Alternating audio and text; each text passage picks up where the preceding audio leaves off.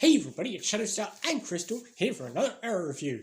This time it's Kapiushon. So well, like we said, we have to have an episode mostly devoted to the flashbacks, and here it is. Other than that, we spend most of our time chained up by Adrian Chase, the world's absolute biggest sociopathic lunatic, but at least he's self-aware about it. And he kind of has a point that Oliver himself is a bit of a sociopath. I guess.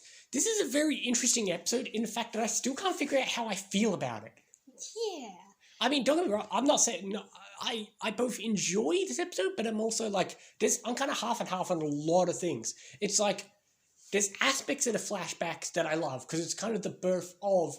I mean, we already had the birth of the Hood when Talia introduced him, but it's still kind of the birth of the Hood, because you've got to think... We're only a handful of episodes left in this season, then it all has to line up with what we've seen in season 1. This is Oliver becoming who he knows, and if you're all thinking, wow, look at this crazy evil Oliver in the flashbacks, well, you're going to think, this is the Oliver just before we ever saw him in the first time.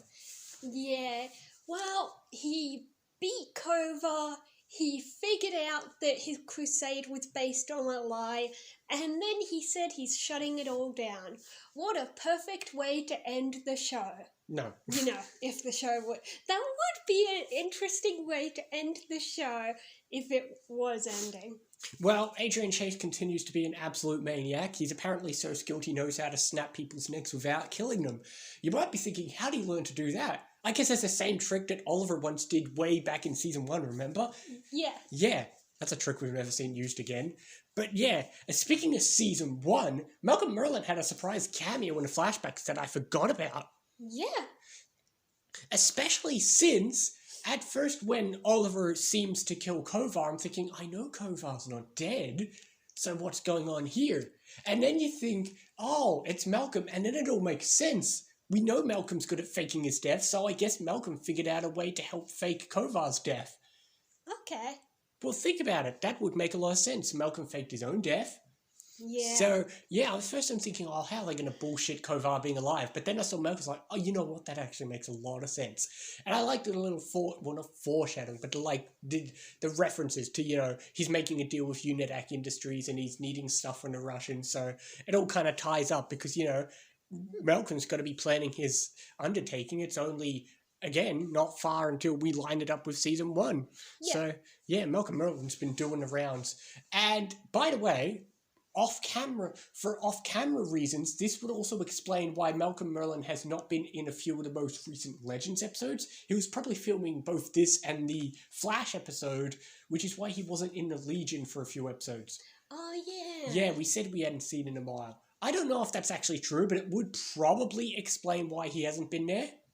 Plus, there's an in-universe reason for why he's not there, so don't worry. Okay. Yeah, but yeah, we get the flashbacks, and yeah, now Diana's mother is also dead, so just really sucks to be that family. Yeah, she should, because she was missing her key, because she gave it to Oliver. That of course they suspect her. What she should have done was not given away her key, but like been at the house to let them in. Well, not the house, actually. They were at the casino, so what am I saying? Maybe she should have gone into hiding? Yeah, exactly. After she gave away the key, don't go home. Yeah, anyway, but yeah, you get all that stuff, and then you get Kovar, and then he says Kovar wants to overthrow the government just like the Russian Revolution, so I don't know why. I do like the little bit when him and Anatoly are discussing how when the Soviet Union broke up, that Russia didn't rise better, it just became a place not really run well. Because it reminds me of in season 1 of Legends when Stein gives a very similar speech to Valentina Vostok about what's going to happen to the Soviet Union. So, yeah, I don't know why, it reminded me of that. So yeah, all this Russian stuff is nice to connect together, but yeah. But hey, I mean, it's not as good as our usual flashback-heavy episodes, but anything's better than Season 3 and 4. So this is still better than Season 3 and 4's flashbacks, and we only have, I think 5 or 6 episodes left of the season. Yeah, I'm I'm just not sure how we're gonna come back from this. Like, he seems like he's given up, like, he's admitted he enjoyed killing. He doesn't want to, he's, I don't know. I don't really remember how the next few episodes play out because it's going to be very interesting. How Because do you just go on after that? it's a very well, and also you've got the flashbacks, which are even more interesting. Obviously, you don't know anything about how the season ends in the main story, but you have to have an idea on how the season ends in the flashbacks. Because I said this is the last of the flashbacks, so you know how things have to wrap up. He has to be on the island to shoot a fire. Which means, because you know that, you know we've got 6 episodes to wrap everything in a nice, neat little bow, flashback-wise. And I did say, although not necessarily immediately, the last few episodes of the flashbacks are going to be great. Also, the last few episodes of the season are going to be great. So, yeah. But this episode obviously was a very self-contained episode. So, I kind of like it, but it's not as spectacular as it could be. I don't know, it just makes me really unsure. Well, sure, but that's kind of the point. That doesn't make the episode bad. That you're supposed to be unsure. You're supposed to think, well, where do we go from here? I don't like it. You don't like that you're unsure. You're not supposed to predict the season. That's not the show's fault. I know, I don't know how to explain it. I just was not enjoying it that much. I mean, I liked it. Once again, Adrian's a perfect villain, and the flashbacks had a lot of good moments with Anatoly, Oliver becoming who he is in season 1, continuity references. I'm gonna give it an 8.5.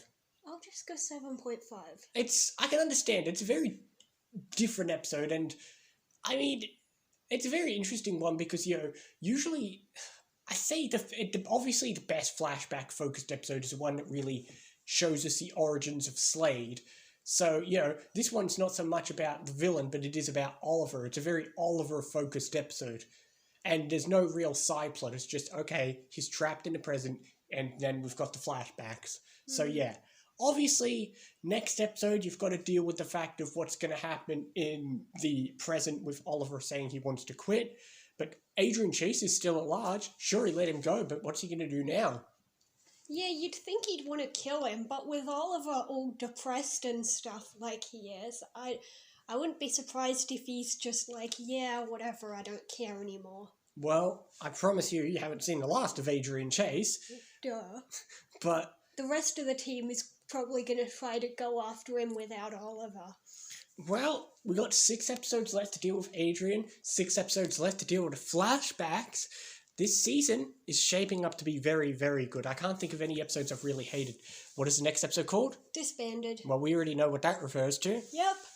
Oliver wants to quit the team and all that stuff. So, I don't really remember what happens next episode, and you are really confused on where this show can go from here. But you still know there's still another 2-3 seasons and the rest of this season. Yeah. Anyway, we'll see you next time for more Arrow and other things as well. See you next time, guys.